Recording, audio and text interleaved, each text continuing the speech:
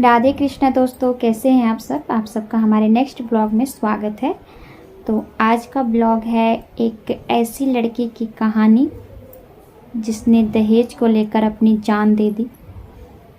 तो चलिए शुरू करते हैं ये कहानी कुछ इस तरह से है कि एक ब्राह्मण परिवार की लड़की होती है, कॉलेज में पढ़ाई करने जाती है और वहाँ उसकी मुलाकात होती है राहुल नाम के एक लड़के से जो राजपूत जाति का होता है। दोनों में अच्छी दोस्ती होती है, धीरे धीरे दोनों में प्रेम हो जाता है और बात यहाँ तक पहुँच जाती है कि दोनों शादी के लिए तैयार हो जाते हैं। फिर लड़के ने कहा कि पहले अपने पैर पर खड़े हो जाते हैं, तो दोनों ने जॉब करना शुरू किया।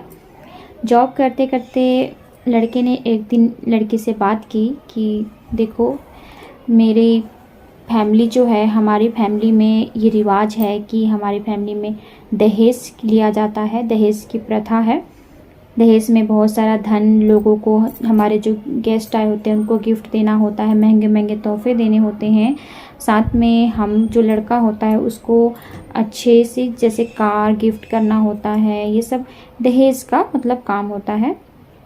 ये बात सुनकर लड़की बोलती है कि हमारे में ये सब नहीं है, हमारी जाति में, बट मैं ये कैसे करूं। तो लड़का बोलता है अगर तुम मुझसे शादी करना चाहती हो तो ये सब तुम अपने मम्मी पापा को मनाओ देने के लिए, और यकीन मानो जब ये सब तुम्हारे मम्मी पापा देंगे तो मेरी फैमिली तुमको मतलब एक बेटी बनाकर रखेंगे, बहू बनाकर नहीं रखेंगे, अपनी सराखों पर रखेंगे। ये सुनकर बेटी जो लड़की होती है बहुत खुश होती है और अपने मम्मी पापा से ये बात करती है। मम्मी पापा को ये बात पसंद नहीं आती है कि हमने कभी दहेज नहीं की बात, हमारे फैमिली में सब होती नहीं है और दहेज देना पड़ेगा। लेकिन जो रीना होती है उसके मम्मी पापा के पास अपार धन होता है। वो धन में कभी अपनी बेटी की जो है ना मांगे जो है ये पूरी ना करें, हमेशा उसकी मांग पूरी करते थे। तो उन्होंने अपनी बेटी को एक बार समझाने की कोशिश किया कि बेटी ये सब गलत है।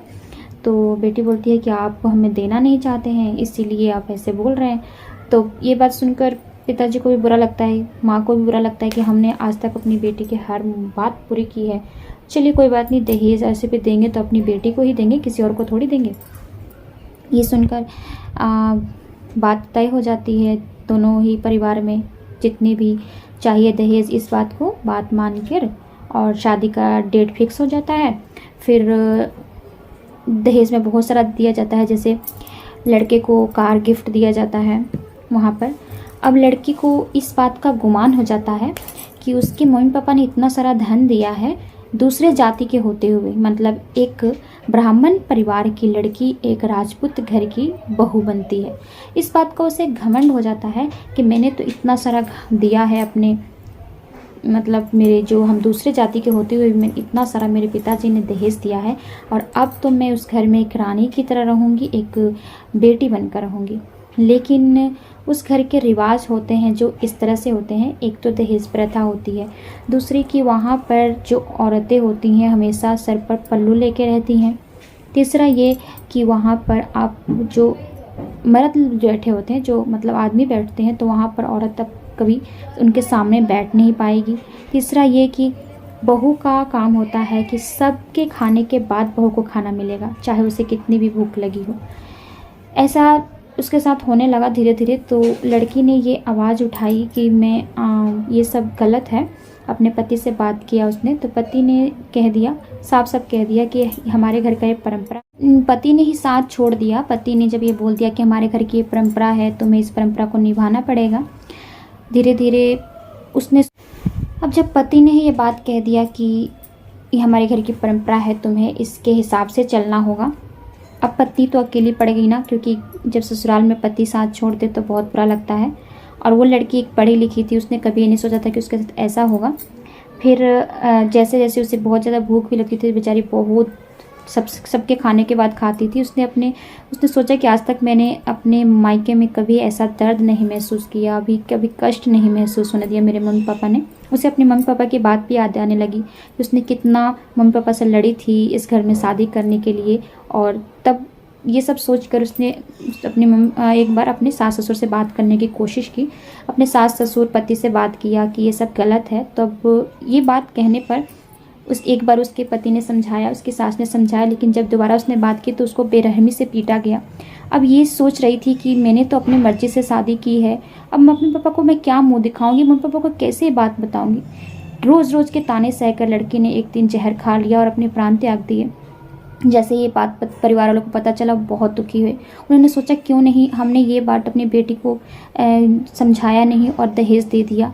दहेज देना बहुत बुरी बात है, और सबसे बुरी बात ये है कि दहेज जो लेते हैं और अपनी दूसरे के घर की लड़की को अपनी लड़की नहीं समझते हैं।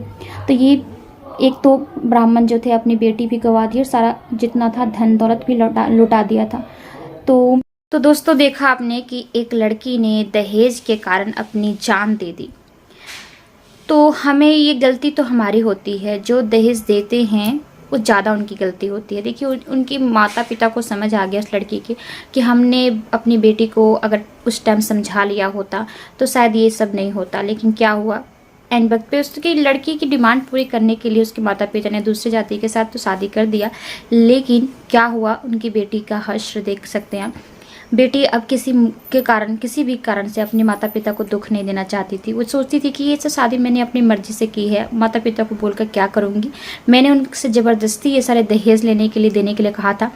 अब अपनी माँ से और पापा से क्या बोलेगी कि दहेज देने के बाद भी मैं इतनी दुखी हूँ। इसी कारण उसने अपनी जान दे दी। ऐसी बहुत सी लड़कियाँ हैं और आज भी ऐसा ही हो रहा है। बहुत सी जगह ऐसा होता है कि दहेज लेने के बाद भी उसको सताया जाता है, पीटा जाता है, मारा जाता है। तो देखिए वो लड़की इतनी पढ़ी लिखी होकर भी उसका कुछ भी बात सही था ही नहीं। इतनी पढ़ लिख कर भी उसका हाल वही था, जैसे अनपढ़ लड़कियां सहती हैं वैसे वो सहती थी। मेरा मानना ये है कि लड़कियों को इतना काबिल बना रहे हैं, इतने पैर पर उनको खड़ा कर रहे हैं, तो ये दहेज बिल्कुल बेकार है। जितना हम दहेज दूसरों को देते हैं उतने में हम लड़कियों को अपने काबिल बना सकते हैं, पढ़ा लिखा सकते हैं, जिससे हमारी लड़कियां अपने पैर पर खड़े हैं।